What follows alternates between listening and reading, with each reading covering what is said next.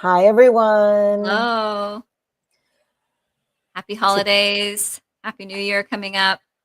Happy all the things. We are just sitting here before we even went live just to talk about what are we going to talk about? And we usually plan, brainstorm, but today so much of our real life is coming through that we're like, you know what, we're just going to talk about the hard stuff.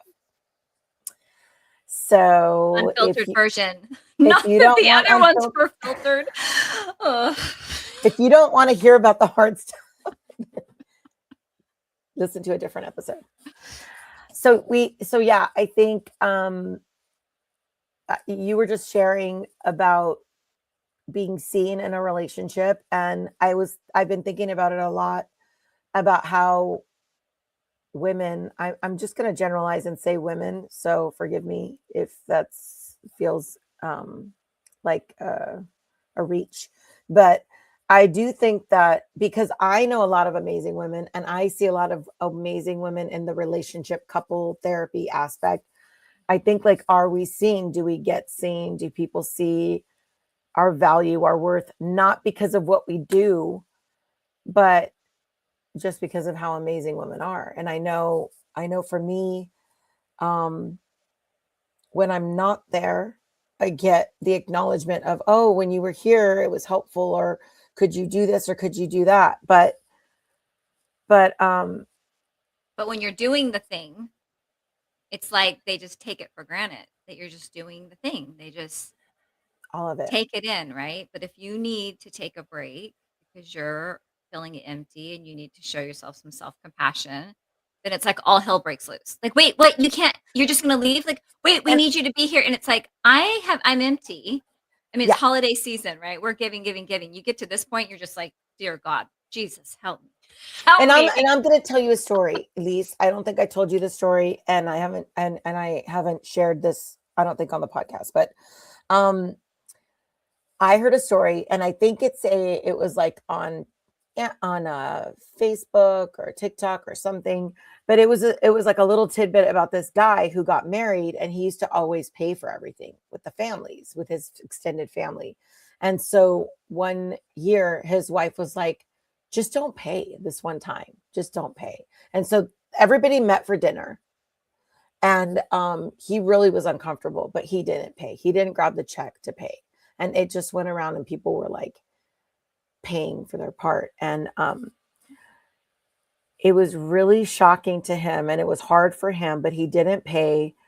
And he said people slammed the check down and walked away, and everyone just left. And he said not one person said goodbye to him. And how different it was, just because he didn't pay for everyone's dinner. Like, they were mad at him, kind of, you know. And I really took that story to heart, because I left a situation, and like I left a situation, and I didn't want to sell myself short, and people were rude to me and quiet. And so, like, how much of me exists if I'm not doing what people expect me to do all the time? And people get used to that. They get used to your giving and they take it for granted. That's what's frustrating. It's like we create this habit and then we're like, oh, I created this habit. And So now that's our part. But I that's mean, our part. Yeah. but yeah, that's our part. But at the same time, like, what is it that I need? I mean, I don't think I need accolades. I don't think I need um encouragement, because I really have been looking at that in me, like in my marriage, where that's the thing that I'm words of encouragement, and I want my husband to say, like, you look great, or thank you for doing that, or whatever. And he's not a words guy. And I'm not the only relationship on planet Earth where there's that disconnect. I mean, that's a Sure. common thing. Sure. But, like, I don't understand why, as couples and as humans, we don't give each other what we know the other person needs or wants. What is that wall that goes up where we're like, no, I'm not going to do that? Well, sometimes we're just not good at it. And that feelings of inadequacy is hard, right? And it doesn't mean we can't grow at it, but it can be like, like But not that's very good, feels fake, doesn't feel real, right? To like if you're not a words person and you're trying to give words, it can feel very awkward. Um, I will speak for myself. I'll throw myself under the bus. I am not good at that. I'm not good at like verbal affirmation. I'm not a cheerleader, and I will not tell you it unless it's true to me. Ask my children. So it's like if I tell you, "Oh my god, that was amazing." I mean it. I don't Yeah. just it doesn't just come naturally, and if I try to fake it, it's horrible, Angie. It sounds like, "What was that?" And it's like I'm trying to say it, and so it's hard. It's like you have to practice at that, but I do think, like, if you figure out you ask your partner's love language, you freaking need to work at that. Yeah, You need to like work at it. I'm not good at um silence or waiting for my turn or not taking on the leadership role. Like those are all uncomfortable, hard things for me. But I practice. I go, okay, I'm going to sit here, not going to fill the space, and I'm not going to jump up and do it. I'm just going to see what happens naturally. I'm going to let other people take their turn. And it feels like my skin's peeling off, but I do it. I push myself. And Yes. and so like I feel like if you're not good at something, that's one thing. But if you're not working on trying, Yeah. that's Yeah. like something else because Yeah. that's one thing with my kids where they don't my son was on flag football this year, and it was a process. There were a lot of kids on the team, so not everyone got to play every game, and not everyone got to play more than like too long, even when they did get to play. But that's the coach, right? But you know what? You don't always get to play the game. No. You know what? You don't always get to be the one that touched the ball when you win. Yep. Sometimes you are just on the practice team. Sometimes you're on the team, but you don't get off the bench. And sometimes you get off the bench, but you only play a couple plays. And Mhm. and yeah, and sometimes you're in all the plays. And I feel like in life in general, there's so much to be learned being on the bench, being on the practice team, or being in the game for part of the game.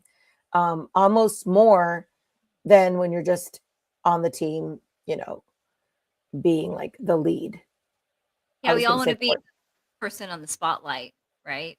But the majority of people are not in the spotlight. They're behind the scenes, they're working without recognition, they're getting the job done. That's the majority in everything, right? But it's hard because we want the people that are in our tribe and in our circle to see us, even if we're behind the scenes. Right. And to say, "I see what you did." Like, "I see that you're always up early, getting the kids ready, getting breakfast. Like, thank you for letting me sleep in." Like, I recognize that. Like, we need to hear that, from our people or our kids to say, "Thank you for making my lunch, mom. How about that?" And in relationships, I think that I'm going to say not in relationships. I'm going to say as a human, I think that you can get a lot out of other people's perspective. And I think too much Yeah. we just stay in our own perspective. And that's the part that's annoying to me. When we go out of town to my in laws, I usually stay with my in laws, and my husband might stay with his brother or sometimes with us back and forth. And, it's just a different experience if you're hanging out, watching football, having cigars, or you're, with your loved ones. Like it's a different experience. It's a different working different muscles. And I'm a fair person. I do think that like, I mean, I think back to with like, with your situation when you had the little ones and I was single and I was like doing my thing. And yeah, I at times I would think like, oh, I wish I had kids or oh, I wish I was married. But you know what? Did I wish I was home alone with the kids all day? Probably not. Did I wish I couldn't go?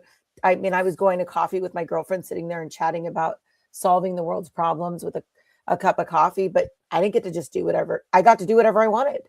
Mhm. And then now I have kids. I know what that feels like. Mhm. Right. So there's pros and cons to all of it. But I For think sure. really not acknowledging what the other person's doing. Yeah. I think we can all do that. I do. I think we can. I I think we think can we, all be better at it. I do think that when you have these hard conversations or you make these choices, right? That impact people because you decide, I'm not going to go to that holiday party. Like, I'm burned, I'm fried, I'm exhausted, I'm hosting all my kids, whatever. And you choose that it gives people the opportunity, right? To sit on the bench, so to speak, like going back to your analogy, right? To be a part of the team, but like, I'm not doing it. I need rest. Your turn. Your turn to go and serve and host everything. Your turn to do that. And for me to be in my PJs and have some alone time, right? Yeah. Like, that's okay. And I think, we are hard on ourselves and we try to do everything until we're literally have fumes. We have nothing left. And then we're like, nope, now I have to shut the world out. And we feel justified when really we see it coming like a freight train, and we just keep letting it come instead of like pushing people back. And we have to normalize it for ourselves because as women, we're just used to juggling so many things all the time. I And see it's it. expected of us to juggle so many things. And when we say, I need a break, it's like, what? Like, Yeah. it's like, okay, y'all survive without me. You could survive without me. Like, there's times when we need a break, girls, and that's okay that you need a I break. see it. I see it with my aunt who was hosted every Christmas, every Thanksgiving, Oof. all summer, the weekends, going to her house. And now she's like by herself at home and Loving it. Loving it. probably loving it. All right, let's be honest, probably loving it. Yeah, there comes a point, it's like at Christmas, my mom used to do stockings for all of us, right? And then there's came a point when no more stockings for adults, and we tantrumed. We were all like, "What? We already don't get any gifts, and now we don't even get a stocking." Like, my mom's like, "I'm tired. Like, I have all the stockings for the grandkids. Like, y'all are not getting the stockings." And we were just like, you know, That's she's like funny. setting a boundary. She's like, I'm not freaking cooking anymore. I'm not hosting holidays. So we took that up. And now, no stockings. But why? Because she's like, I'm done. I've been doing it forever. Right. A long time. Yeah. So Yeah. we're like those people. We're like those people at the dinner table that are mad because we have to pay. When in reality, it's like, you should have been paying the whole time. You should have been lucky that you didn't have to pay. Right. You've lost your perspective. Oh my That gosh, those this people. is not an automatic. This is a gift that he chose to give those people for dinner. He chose. He didn't have to choose. When I met my husband, I was paying for my brother's cell phone and his insurance, car insurance. And I thought that was totally normal. And he's like, I don't think you should be paying for an adult person's cell phone. I think they should be paying for their own cell phone. And yeah, his insurance, like, what if it goes up? Like, I just thought it was normal, you know? Yeah. So there Yeah. are things that we do. My cousin used to pay for everything like that story we just talked about. And my husband just wouldn't allow it. He would always contribute. Or Mhm. when he was standing by the bar, he'd pay for his drink. My husband would pay for my cousin's drink because he was always paying for everyone's stuff. Yeah. My camera is on. Like, why is this on? It's a red light. Red means recording. Why is look at this little camera light is on? Why is it Spies. You have spies. recording? That's what happens when Spy. you're home alone. Your husband's watching you. Probably. Hmm. You can come to my house. There's no husband watching me. How are you? Speaking of no husbands watching. I'm good. I had a little brief moment when all my kids went to my ex's house, and I was a little like, I was like, I do these little riddles for their scavenger hunt. I do a scavenger hunt for my kids for Christmas, and they get their like big gift or like, whatever. It's just like a fun thing we've done since they were little. And I was had a little moment where I was like, I'm kind of tired of doing this by myself. Mhm. God. The little Christmas song came in my brain. What I would like for Christmas is not a box from Tiffany's. Yeah. No.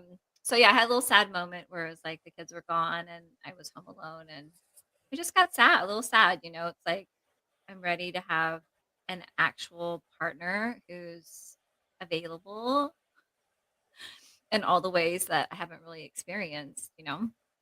Um, but other than that, like I'm grateful. I'm grateful for I'm healthy after walking through losing my good friend this year to cancer suddenly. I'm grateful for my kids that I have good relationships with them despite all the hard things.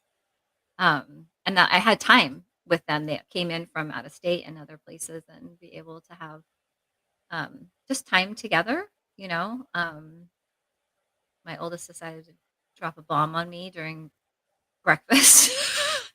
And she didn't drop a bomb, but we were having, you know, time and she's just like, okay, mom, I want to ask you something super personal. And I was like, oh God, what time is it? 8 in the morning? Give me my coffee. Where are we going? 24/7. We have to be ready for it 24/7. Yeah. And her best friend was there and she just was like, wanted to know about the divorce, wanted to know things. Because, you know, when I went through all that, there was just things I chose not to share. Um, and so Which is appropriate. yeah, some things I still haven't shared just because, you know, they need their dad, you know, and I'll just take I'll just take the hit on some of those things. But I was honest about some things and because I think it's a learning lesson too, you know. She's asking because she's in a relationship and she's you know, thinking through things and so it's like, yeah, learn from my mistakes or learn from my naivety or learn from whatever, you know, Yeah. make, you know, choices. But yeah, some of those hard questions, it really was like, whoa. I mean, we went in deep quick because I'm finally really honest about those things where I think I felt more shame and things before that now I can have some conversations. My kids are adults now and I can have some honest conversations in a way that's not like necessarily like putting their dad down. It's just this is the reality, you know. This was the reality of what I wanted and needed and didn't wasn't getting and I came to the end of myself and I just couldn't do it anymore, you know. So that was some of the hard stuff that I didn't expect the holiday season to include. Um Yeah. yeah, What are could you share any questions or any things that you that she felt? asked. Yeah. Yeah. Um she just kind of asked like when did did I know, you know, when it came to the divorce, like when did I know? And she was, I know that when Papa passed away, that was a huge impact of, you know, things for you. And you really kind of fell apart, you know? And I said, yeah. She's like, that's the first time I've seen you like that, where you just couldn't function. Um, and I said, yeah, it was a huge life changer for me. I just couldn't pull up my bootstraps anymore and act like I was fine. I wasn't fine. I hadn't been fine. Um, but you know, we mask as women, we busy ourselves, we take care of the children, we redirect, we find joy in other things. Um, but I was definitely very emotionally alone in my marriage, and um, there just wasn't. I wasn't being seen. There wasn't a connection there in that way. Um, and so, yeah, I just gave her some specifics about, you know, certain things and behaviors that were happening. And I just couldn't do anymore. I couldn't. It didn't matter how much I wanted to even try. I just couldn't, which was like, what? You know, Yeah. why can't you pull, why can't you get it together? Get it together, Lisa. And I was just like, Yeah, I I have a think limit. So weird when I think I lived limitlessly in ways, overextending myself. I wrote about this in my book, overextending, minimizing my needs, quieting myself, quieting my needs. And until I imploded. yeah, I think the two things that come to mind are, that's a great question. When did you know? And I wonder if it's a moment or I wonder if it gradually gets there. Um, and then also too, I think the other thing that we don't think about when we contemplate ending relationships or divorce is like that it's a system, that life is a system, marriage is a system, society, we have all these little pieces that come together. And what comes to mind is like if you overwork like a car or like any engine, if you overwork like one part of it, it does like you alternator goes out. You know, your muffler or whatever goes out. For people before there was electric cars where you don't have to get the oil changed. Like there are cars that you have to like fix parts. And Right. I feel like in systems and families, when we overuse any one part of it, the system will collapse. Like you Mm. really don't have any more. And you have to like there's all these different philosophies like 12-step groups, you know, put yourself first and take care of yourself, or that whole that I love that saying when people say like if you don't put the oxygen mask on yourself, you know, Mhm. but I think as women, we're not in the passenger seat, we're flying the plane. So, like, I don't know what you're talking about putting the mask on myself. Like, that's those people that are chilling. I can't reach. I'm flying the plane. I can't Yeah, reach to put your oxygen mask on. right? I need a co-pilot or I need That's a steward, flight attendant to come and put that mask on me because I'm flying the plane right now, right? And I think that like as moms, you know, I especially with my kids, with the whole with the therapists and all the people that we had in our life when the kids were little, um, you know, it was really funny. People would say, like, you know, self-care is really important. And I'm like, you know, nobody, and I don't know, I think I've said this before, but nobody tells Tom Brady that self-care is really important when he's in the Super Bowl. Like, he's in game mode. He's getting the ball across the line. He's figuring out how to deal with the opposing team. He's thinking about the weather and the guys and his body, and like it's not the time to like analyze like, you know, self-care when we're in game mode as moms. You know, I remember having like a cut on my arm, never even felt it. You know, at the end of the day, I'd be like, what did I bump into and why is my arm bleeding? Like, n- you know, I think we underestimate as moms and as women how much we get done, how Mhm. much we're doing. And so, you know, it's almost shocking when somebody says, like, you got to get your hair done or you got to go get your nails done. I'm like, that's really nice. But I also have to be in a peaceful state of mind to get my nails done because I have to sit there, sit still for 25 minutes. And what with my thoughts? You don't want to be around my thoughts right now. My thoughts are not pleasant. So I think self-care is definitely a muscle you have to build. And I think routine, you're really good at that routine of doing your workout in the morning and getting it done. So like you've done it so often that no matter what, remember when you were going through the loss of your dad, I would talk to you and you're like, you'd still get up and do the you know, you'd be crying in the pool Yeah. because it's Yeah, because such that schedule is relieving, right? It's like a container for you, right? It's predictable when everything is not predictable and nothing makes sense. Like I can still go for a run and like work through my head. I could be in the pool. I mean, I'm still working through my head. My You can't escape this, but like, I you know. I love that I one thing I do love about your relationship with your kids, and I try to have that with my kids, even though they're young, um, is you've always kept it open, like an open door, and you've always been age appropriately like transparent with them. Yeah. And I think that's something that as moms we we we need to keep that open Yeah. No, I communication. agree. It's hard, I think, it's like there's lines, right? Our kids are not our friends. Um, I think there is appropriateness of what we share and what we don't share, but I think, when my shattering of my life happened, I was getting more and more honest and authentic about where I was, and it was hard at times to let them see that and remind them, "You don't need to take care of me. Like, I have friends, I have people in my life, like, but this is real." And it is hard to get off the couch, right? It is hard to when you're in grief or you're depressed or you're fighting through things, like, um, and let them see your struggle. But the thing is, they're watching anyways. They're paying attention, so it's like you might as well put words to it. You might as well say, like, "I know you saw me on the couch crying, like, this is grief, this is what happens, and it's okay, it just takes time, and I just miss papa," and, just give words to them, like, "Yeah, this is your Yeah, depression, this you can't fix it," like, for you know sure.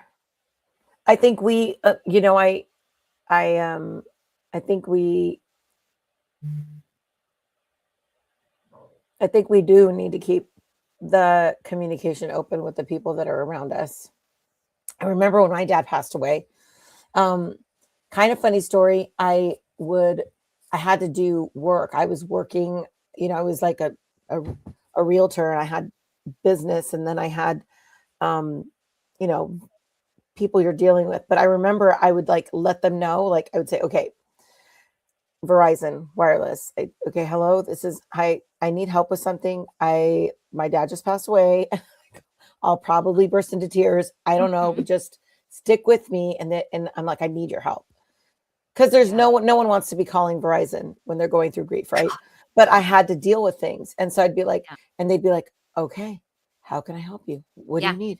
Now there's Like, understanding. if we Yeah. can communicate, because remember in the olden days, they'd have that black band on their arm for like a year when somebody Mhm. passed away. That's Mhm. why women wore black. You knew they were in grief. Yeah. And we don't do that in our modern society, but we still need help. I always felt like I should have like a pass, like a hall pass, or like Yeah. a grief hat that you could Yes. wear, that like if you We knew can if make you those. if you see we can make those. If you see someone wearing that hat, just be easy, be nice, be Yeah. gentle. I remember a story about a mom who, she wore an apron whenever she was cooking and doing things around the house. And if mom put the apron over her head, you didn't talk to mom. Mom was off. Mom was in timeout. Mom was having that That's was the sign. great. Leave her alone, right? Which I think is great because it's like we have to start communicating these things. Like women, we are allowed to be struggling. We're allowed to say, like, you know what? I have cramps right now. I don't feel good, right? We're having cereal tonight. Yay, you guys finally get to have cereal for dinner. Like let it go. Like being able to give yourself permission. I think that's the self-compassion of acknowledging like I'm really kind of not okay and asking yourself what do I need right now? And if that means going to the bathroom and having a private question conversation with yourself of like it's just too much, and it's like okay, well what do you need? What do you need right now? You need a night off? Take a night off. Right? Like, and I Yeah, understand there's so many circumstances to that. Um, Trust me, I have 3 kids. I get it. But you have to do it for yourself because like Angie said, we're part of the system, right? And when we're not good, because we're like a lot of times are the pilot of doing so many things and holding so many things together, no one's really going to be good, right? yeah. And I think too, I was talking to a mom about this because she was really down on her spouse about his participation with their like 3-year-old and their 1-year-old. And Mhm. it's so easy to be down on your spouse when you have children under 5. I mean, there's so many Yes. opportunities. Right. And I it dawned on me, and I shared with her because I know that I had the similar experience. I have twins, and they were little. They were they were, there was 2 of them, and they were both the same age, and they were developing at the same time. I look at like moms, even if there's a year gap ahead, that kid is still going to be able to go get you like a bottle or a napkin when you have them at the same time. No one's ever ahead to like help you with or behind, right? The littles behind can be teach compassion to the little older ones slightly, a little bit, maybe, usually. Anyway, but I forgot my point. It was such a good point. But then I got off tangent about the twins situation. What were we talking about? What did you just said? Self-compassion, taking a break, family system, we're not okay. I don't remember what it was. If we're not okay, the Oh, yeah, system yeah, is yeah. affected. So when they were little, it's really easy to like look at your partner, whoever it is, that's because sometimes it's the dad at home, but whoever it is that doesn't get as much time with the babies, with the children, they don't have the same capacity. I don't want to say capacity, patience. Like I learned when my kids had hand, foot, mouth disease, where they're like vomiting and they're like got, they're contagious and they can't be around other kids, they can't go to school. Like I remember dressing up like I was going to the office because I felt so schleppy all the time. I put on my dress. I'm like, why can't I wear my dress and still take care of these kids? Because I felt so crappy. I put my hair up, my earrings on, my dress, and I'm like, yeah, I'm mopping up vomit in this outfit. That's how we're doing it. But I remember thinking to myself, like, something changes you when you're raising little children day after day after day versus somebody that's got them for 2 hours at night or only on weekends. And so I think that, like, in a way I had an advantage to my husband because I do have an extra strong patience with them because of the time, you know. So yeah, I know that he can't, but now that they're older, I'm slowly like giving him more and more time with them so he can develop that patience and those muscles because I do have an advantage. I think, it's unfair, but it's also an advantage. We get more playing Is it time. unfair though? Because you sacrifice so much during that time. I mean, I feel like now as a 50-year-old woman and I've got Mm. my kids are grown, like I have I've been there. I've been there. I have solid relationships with them. So now I can go play. Like I can go do things because they're good. And we're good. Right. And so with that season, for me, I know is different than you, Ange, right? Even though we're similar in age, just because of having our babies at different times. But it's like being able to like be okay with this season too. Of just like, you know, I've had the And you time. and you know what? That's a really good way to end the show. And like something that I was thinking about earlier on in the recording is, the reason why. It's so funny. The reason why I feel comfortable letting go, not doing the extra things that I was doing this one time, etc., is because I know that I've earned my spot. I've done my Mhm. work. I've done the time. Yes. I'm good at it because of repetition and because of sacrifice. And so it's okay for me to go, nope, you go ahead and do it this time. So you're like you coming into your own, so to speak, like your own personal acknowledgement of like, I've been there, I have done the thing, I have sacrificed and seeing it, you're saying your recognition of that helped you to like say no, to put a Yeah. boundary down and take care of yourself because you're like, no, I've done it. I'm good. I can step away from this and I feel good about it because I need This a is break. not this is not like an advertising for like this movie, but there's a movie out right now called F1 Formula, and it's Formula One movie with Brad Pitt, and it's really interesting because it shows a novice racer and an experienced racer, and it's really interesting to see that like you can tell the wisdom that he has because he's just done the time and he's just has the history. And I feel like as moms, as women, um, like watching my husband not wrap it, but the Christmas gift that I got from him, like he gave me this really cool podcast kit, so it'll help us in the future. But it was wrapped with one half paper on one side and one half on the other side because he doesn't, you know, he doesn't probably didn't doesn't buy paper and he doesn't even know what size you have to pull out for like because he doesn't do that stuff, right? So it's Mhm. just funny. It's just a visual representation of like, yeah, I can wrap really fast and I wrap the right amount of time just because I've wrapped like 1,000 or 2,000 gifts. Even before I had money, I'd wrap for other people's gifts. So um, I don't know. I think that's one thing that does help me now, and I hope you can hear this to our audience is like take a good inventory of the things that you're good at and the things that you are able to just sit back and relax and let others take a turn because you've already mastered it and you don't need to be the one doing it that one time. Mhm.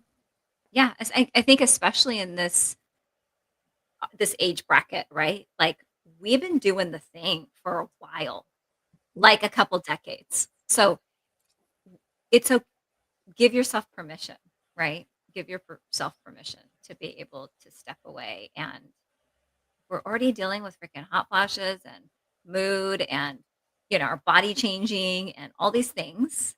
Like, this is your time to say, I'm gonna take a little break here. I'm not Yeah. gonna do this raw. Like, I'm You gonna don't sit, yeah. relax. What is that? What are those little egg things with the little whip in the middle? What is it called? Egg Pickled it. beaters? No. No, it's an appetizer. It's like a Oh, deviled eggs. yeah, you don't have to make the deviled eggs anymore. Yeah, You can let no, someone else bring the deviled eggs and you can taste them and be like, "Yeah, these are good." exactly. You can go to the store and buy it. You don't have to make it, right? Yeah, exactly. It's like giving yourself permission and letting yourself off the hook. Like, you've been doing the thing, and you've been doing the thing hard and good, right? Even when you didn't want to, even though when you didn't have capacity for it, right? You were doing the thing. So now this is the stage of our life where we get to make some changes that we know who we are a little bit better, right? We We're do. a little bit fed up in areas, let's be honest. So we have a little bit less tolerance for things, which is good. This is a good thing. And it's like you choose to say, you know what? Just no. No. Like, I'm not gonna do it. And I'm not gonna give an explanation why. Just Yep. not right now. And just shift because you can. This is what happens. This is the beauty of getting older. Now See we you have some next good things. time. See you next time. Bye.